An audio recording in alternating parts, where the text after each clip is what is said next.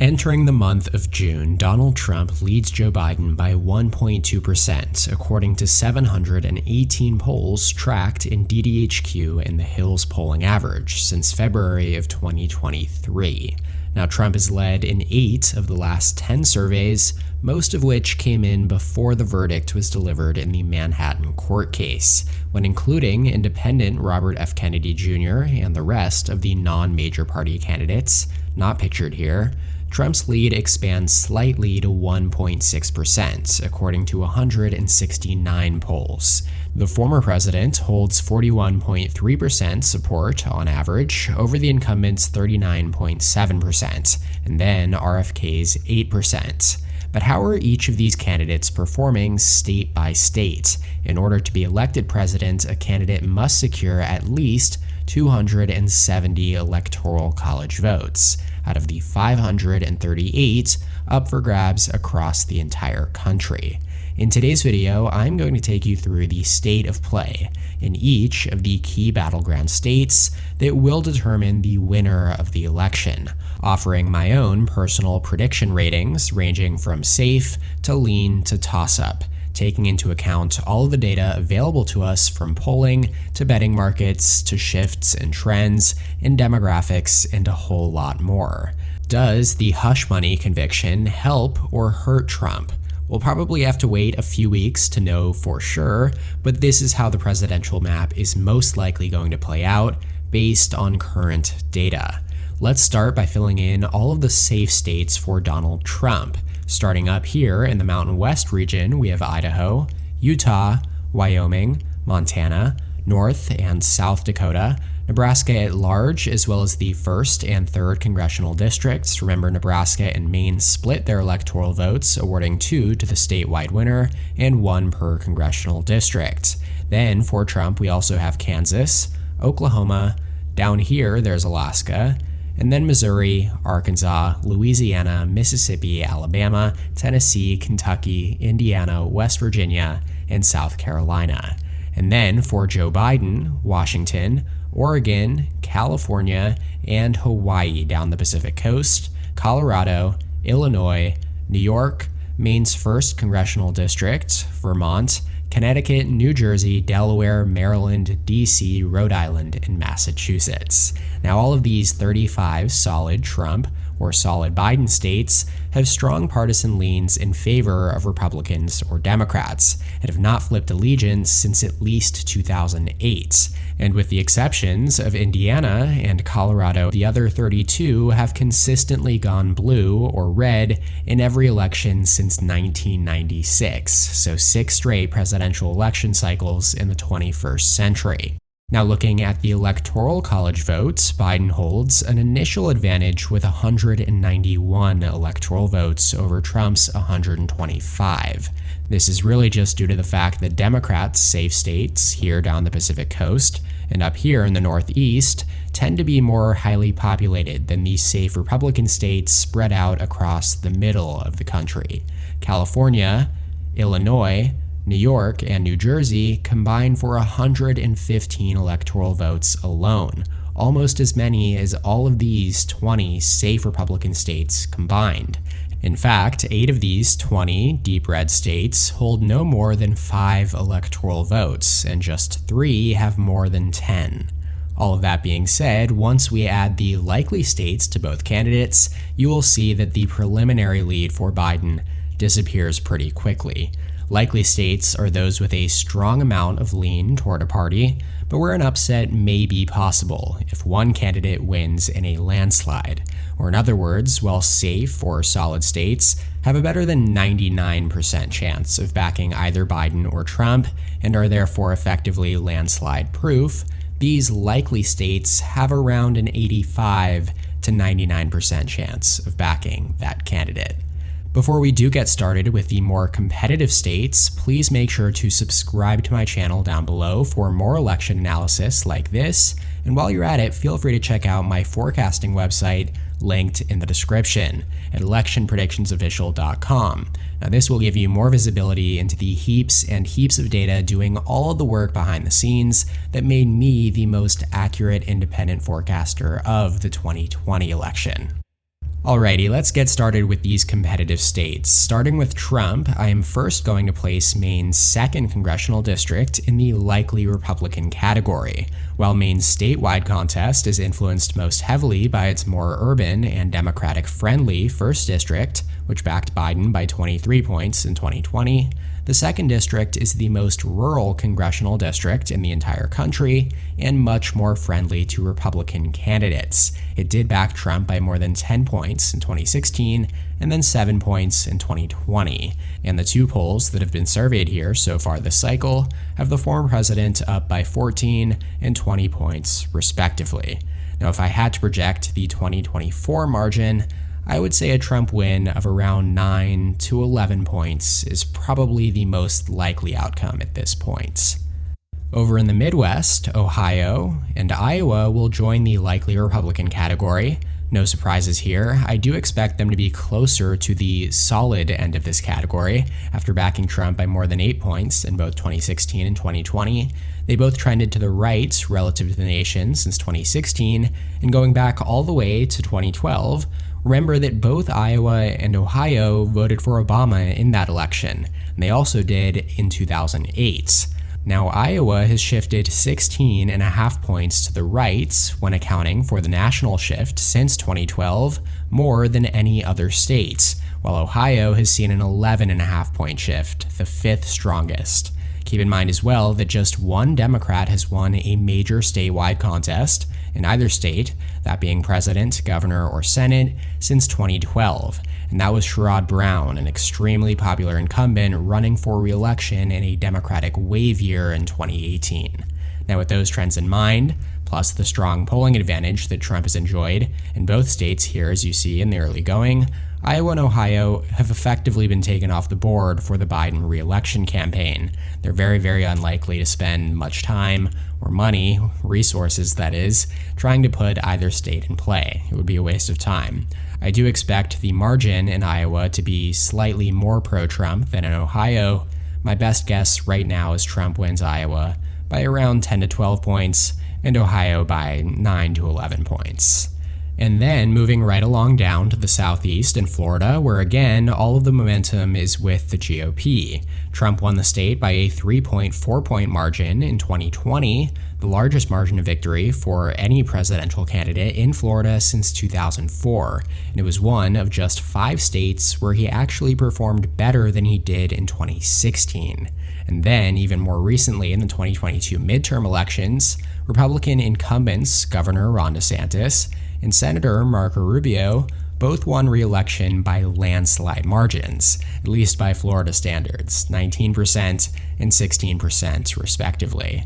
So, while Florida had previously commanded more Democratic attention than perhaps any other state in 21st century electoral politics, Clinton and Biden spent more money and resources in Florida than any other state in 2016 and 2020, and for good reason, considering that it does hold the active record with 8 straight elections decided by less than 6 points. That simply won't be the case in 2024. As we take a look over here, Trump currently leads Biden by 8.5% in DDHQ's polling average. Florida is clearly on a slippery slope towards becoming a solidly Republican state in future elections. Now, my conservative estimate would pin Trump's 2024 margin at around 6 to 7 points, but I do think that the range of outcomes here is pretty wide, and I wouldn't be surprised at all if he ends up winning by, say, 9 or 10 points when all is said and done.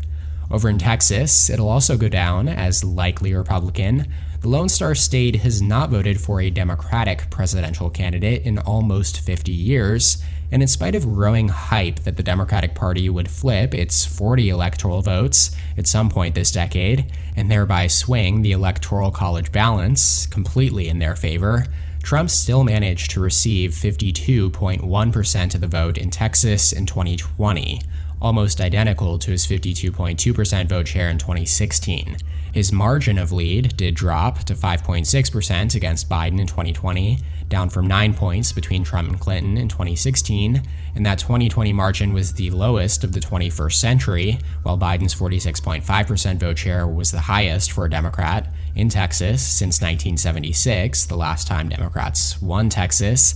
but it was still a disappointing showing for Democrats, all things considered, as Biden did poll within 1.5 points of Trump in the final polling averages, and several forecasters had Texas rated as a toss-up going into Election Day. Trump and the rest of the Republican Party's rapid gains among Hispanics, specifically in South Texas in the Rio Grande Valley region, is a major concern for the DNC, and has at least temporarily put a halt to Democrats' momentum in the state, as even as urban and suburban areas like Dallas, Houston, San Antonio, they moved in large numbers toward Biden, many Hispanic voters in the South abruptly left the Democratic coalition, as this Rio Grande region shifted more decisively towards Trump than any other region in the country outside of Miami-Dade in Florida. Texas is 40% Hispanic, which means the Democratic losses among this demographic, which are even more pronounced in early 2024 polls, are especially catastrophic here in the Lone Star State. Trump should carry Texas by a margin of around 6 to 8 points this November, in my opinion. So that completes the likely Republican states for Trump, and as I had hinted at earlier, they've completely evaporated Biden's initial electoral vote advantage, raising Trump's total all the way up to 219 electoral votes, already just 51 shy of the magic number 270. And while the earlier total of 122 votes from his safe states alone may represent his absolute minimum number, I would say that Trump still has a better than 90% chance of winning at least 219 electoral votes, with each of these likely states included now as well. As for Democrats, Joe Biden will add a few likely states to the president's tally as well. Starting up in Maine, we have already labeled the 1st district as safe D and the 2nd district as likely R, but now we'll be marking the statewide contest as likely D, awarding 2 electoral votes to Biden. Now, Maine has voted blue in 8 straight elections, most recently by 9 points for Biden in 2020. Statewide results here do tend to lean left due to the ideological alignments of its more urban and well-educated 1st district that mirrors the rest of the solidly blue New England states surrounding it, though it does tend to be more competitive. As I had mentioned earlier, the 2nd district is much more rural and has a relatively low proportion of residents with a college degree. Maine's statewide population is also the least racially diverse and actually the oldest in terms of senior population as well in the entire country, which does help Republicans be even more competitive as both demographics do tend to lean more conservative. Nevertheless, I do expect Biden to hold Maine in the Democratic corner by a margin of around 7 to 8 points here in 2024. Down in the Commonwealth of Virginia now, 13 electoral votes here will be added to Biden's tally as a likely Dem state. Virginia went from Clinton +5 in 2016 to Biden +10 in 2020. Biden did become the first Democrat to carry Virginia by a double-digit margin since FDR in 1944. This shift towards Democrats in recent years is largely due to the diversification of Northern Virginia surrounding the DC suburbs, as well as sliding suburban support for Trump in that election, which allowed Biden to win this once key battleground state without actively campaigning in it. Virginia had actually been a reliably Republican state for decades, backing the GOP nominee, in 13 of 14 presidential elections held between 1952 and 2004. But following Barack Obama's breakthrough in 2008, it has now gone blue in 4 straight races. And outside of Glenn Youngkin's narrow off-year governor election victory in 2021, Republicans have not won a major statewide election in the Commonwealth since 2009.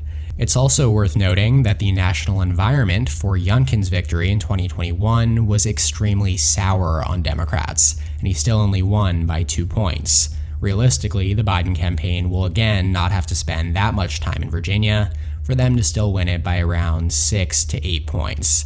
They have bigger fish to fry. Shifting back out west, New Mexico also goes down as likely Democrat here. 2020 actually marked the first time since 1968 that New Mexico voted to the right of its neighbor, Colorado. It did back Biden by 11 points, compared to 13.5 points up in Colorado. Both were still comfortable margins, to be sure, and impressive victories for the Democrats considering how recently they were both considered swing states, as both New Mexico and Colorado voted for George Bush in 2004, and they have since backed Democratic candidates by margins around 5 to 12 percentage points in every election. The fact that New Mexico is now generally considered to be less Democratic than Colorado can largely be attributed to its demographic profile. It does rank 12th lowest in terms of educational attainment, in terms of proportion of residents with a college degree at 30%. That's the lowest of any Biden won states in 2020, besides Battleground, Nevada. And New Mexico is also the 15th most rural, which ranks only behind Vermont and Maine up in the Northeast, among the least urban Democratic states. It's also the only plurality Hispanic state in the US, and so if Republicans do continue to gain ground with Hispanic voters, as early polls suggest, and as we discussed over here in Texas, that could potentially make up some of their deficit, at least enough for me to project that it will remain in likely D territory, around a Biden +7 to Biden +9 margin.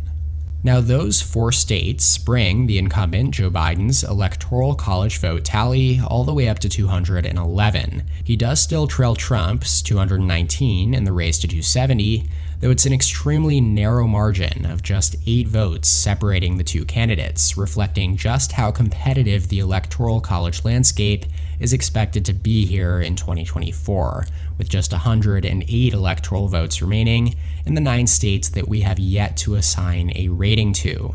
Now, these are the 9 states I do expect to be the most actively campaigned in this cycle by both candidates, and ultimately end up being the 9 closest states once all of the votes are counted. Obviously, those margins will still vary from state to state, with some being demonstrably more competitive than others. So with that said, before we can get to those 6 most competitive states, let's first label Minnesota as lean Democrat, Nebraska's 2nd congressional district as leaning toward Biden as well, and then New Hampshire as lean Democrat too. And then for Donald Trump, we can label North Carolina as leaning Republican. The electoral vote distributions here effectively cancel out, with 14 more votes added to Biden's total, raising him to 226, and 16 from North Carolina, raising Trump up to 235. Now, the states of Minnesota and New Hampshire have followed a very similar trend over the last decade. They both backed Obama by more than 5 points in 2012, and then narrowed significantly in 2016 as Clinton just barely held both states by 1.5% in Minnesota and 0.3% in New Hampshire. They then shifted back strongly in favor of Biden in 2020 by 7-point margins each. Now, Minnesota, surprisingly actually, holds the longest active streak of voting for Democratic presidential candidates at 12 straight elections, while New Hampshire last voted Republican in the 2000 election. Although it has gone blue in 5 straight elections since, New Hampshire has consistently been the most competitive state in the Northeast since then as well. In 2016, for example, Donald Trump came less than 3,000 votes away from defeating Hillary Clinton.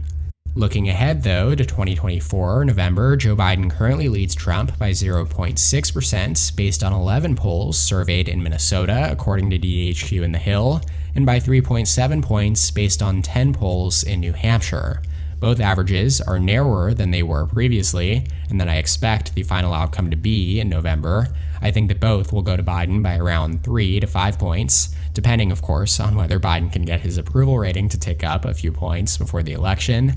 As for Nebraska's 2nd district, attempts from Trump allies to get rid of Nebraska's split electoral vote system failed in the state legislature, which means that Biden will have another opportunity to extract an electoral vote out of deep red Nebraska. This Omaha-based 2nd district is rapidly left-trending, going from Romney +8 in 2012 to Trump +2 in 2016, and then Biden +7 in 2020. Now, like every congressional district in the country, Nebraska's 2nd district was redrawn after the 2020 census, and since that process was controlled by Republicans, they did redraw it to be slightly more favorable to them, but Biden still would have won the current configuration by 6.3% in 2020. Now, according to betting odds on Polymarket, they give him a 72% chance of holding its lone electoral votes, and most major forecasters also have it down as either lean or likely D.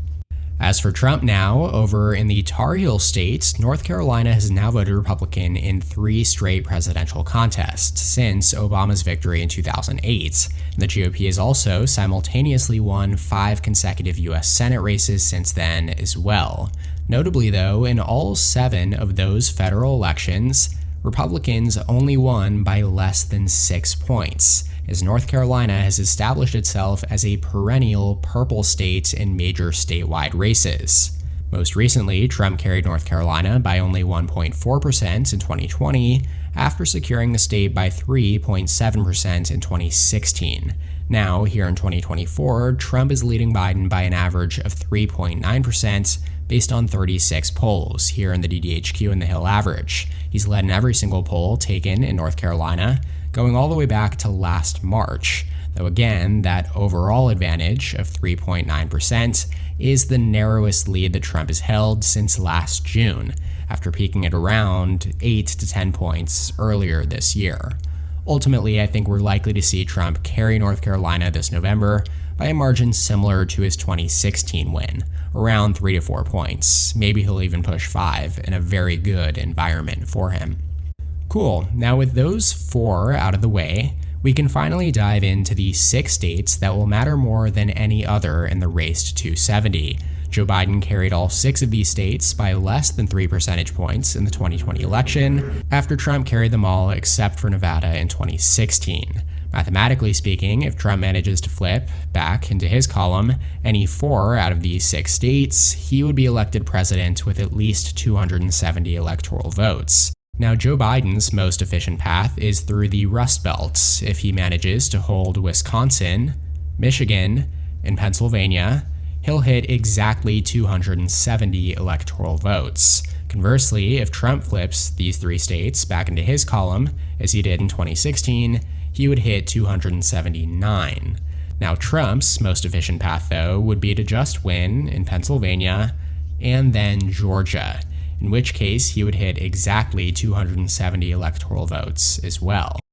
So, with all of that said, you can bet that these 6 states are circled in big red ink at the RNC and DNC headquarters at this very moment. Remember, the margins in Arizona, Georgia, and Wisconsin were each less than 1% in 2020, with a combined total of less than 43,000 votes separating Biden and Trump in these states out of more than 11 million cast. Had Trump persuaded those 43,000 voters to back him instead of Biden, he would be serving a second term right now.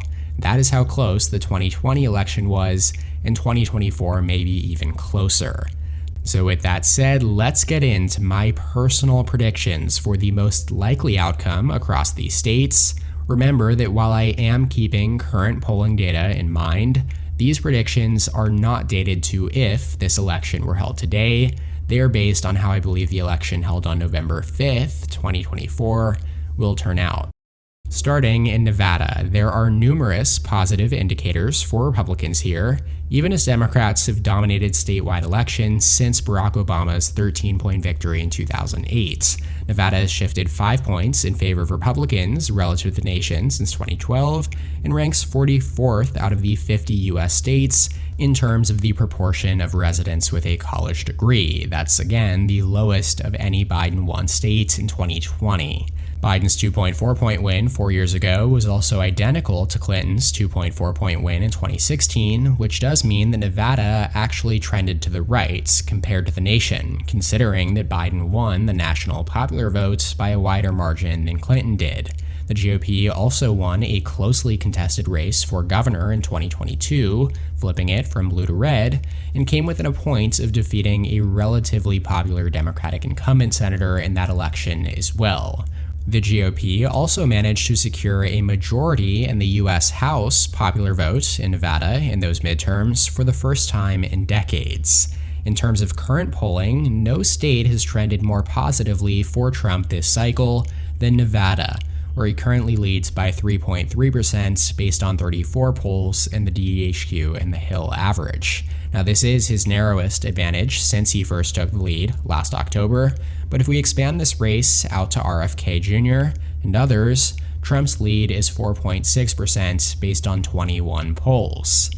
Now, it's hard to say whether Trump will actually end up winning by such a wide margin in November. Even just a Trump plus 4-point victory would be a 6-point swing from Biden plus 2 in 2020, which would be a crazy swing from one election to another, especially in a rematch of that same election. I do think that Trump, though, is more likely than not to win Nevada at this point, and there's a good chance that he wins Nevada by an even larger margin than in many of the states that Biden won by a narrower margin in 2020, that we'll get to here in a second. I would guess that his margin will end up being somewhere around 0.5 point to maybe 2 points.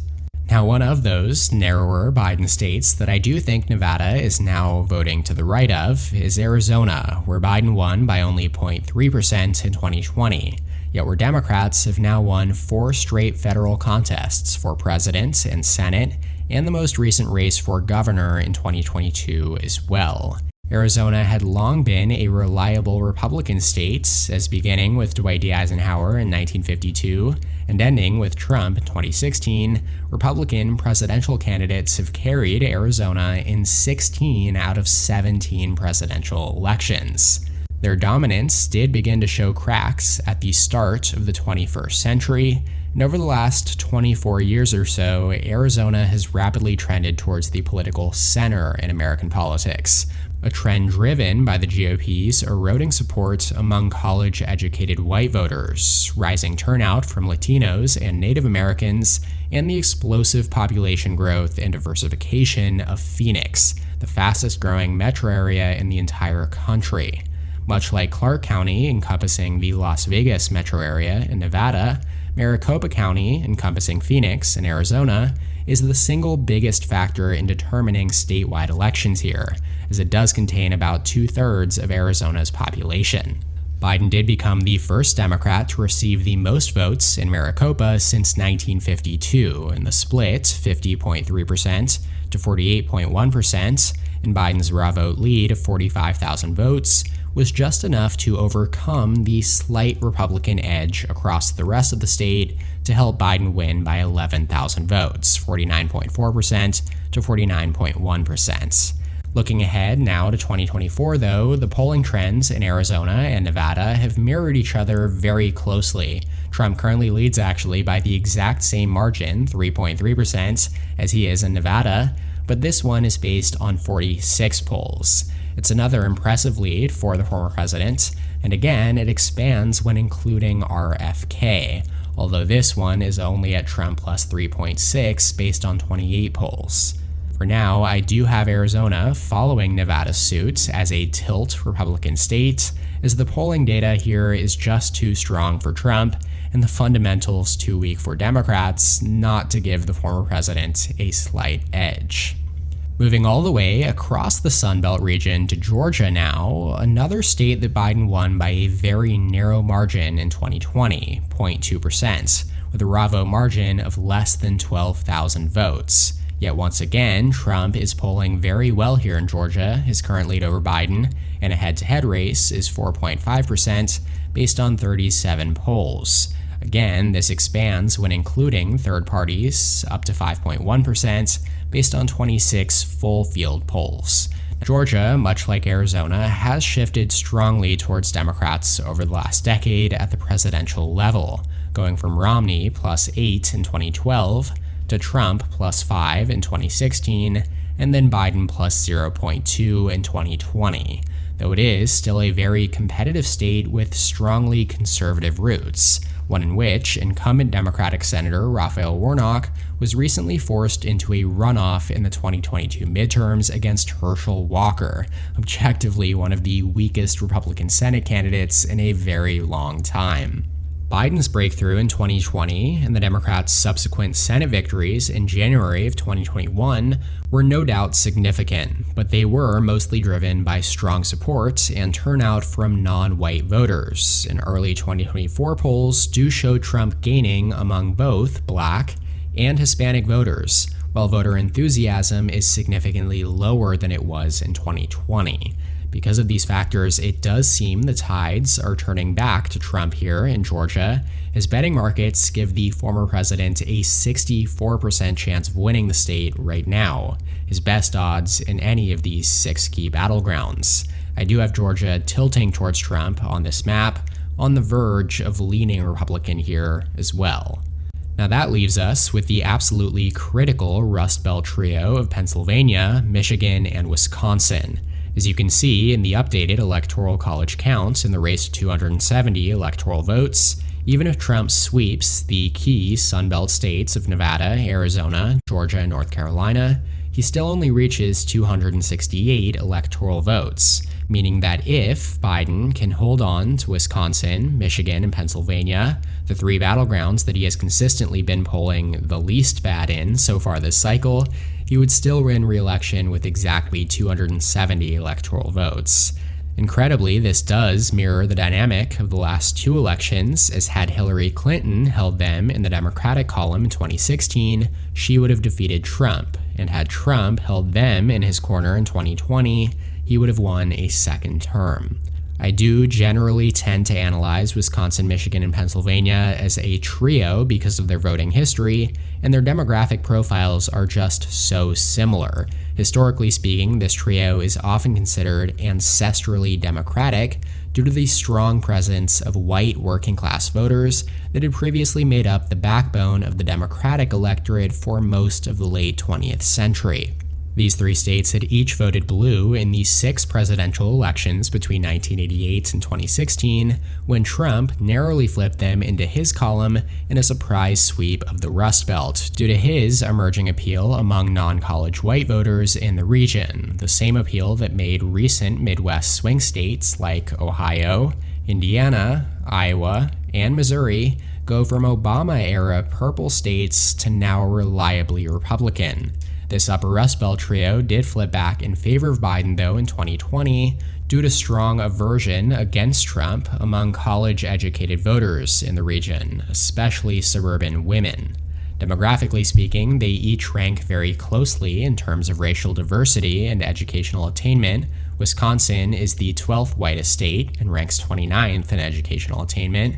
Michigan ranks 20th and 33rd, while Pennsylvania ranks 19th and 24th in those categories, respectively. Now in 2024, it's truly anyone's guess as to how they will vote next. On the one hand, widespread backlash against the Supreme Court's decision to strike down Roe v. Wade has rallied Democrats up and down the ballot in key races here in 2022 and 2023. They did sweep the governor contests in all 3 states, significantly outperforming polling expectations in each state. And in both Wisconsin and Pennsylvania Senate contests as well, we saw John Fetterman and Mandela Barnes beat their final polling averages by 5 and 3 points respectively, though Barnes still came up short against Republican incumbent Ron Johnson. Perhaps even more notable than those results, though, a highly politicized Wisconsin Supreme Court election that almost entirely revolved around abortion rights in 2023 went the liberal justice's way by 11 points. On that note, Sunbelt states are generally more religious and thus more socially conservative than the Rust Belt trio. A Pew Research Center survey found that in Michigan, Pennsylvania, and Wisconsin, adults favoring the legality of abortion in all or most cases exceeded those opposing it by margins of 12, 7, and 8 percentage points respectively.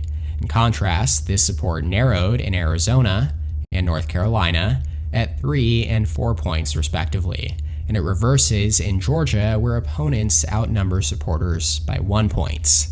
Putting the abortion issue to the side for a minute, though, despite some economic indicators rebounding over the last couple months, a majority of voters in Wisconsin, Michigan, and Pennsylvania still hold very negative views on the state of the economy, according to polling data.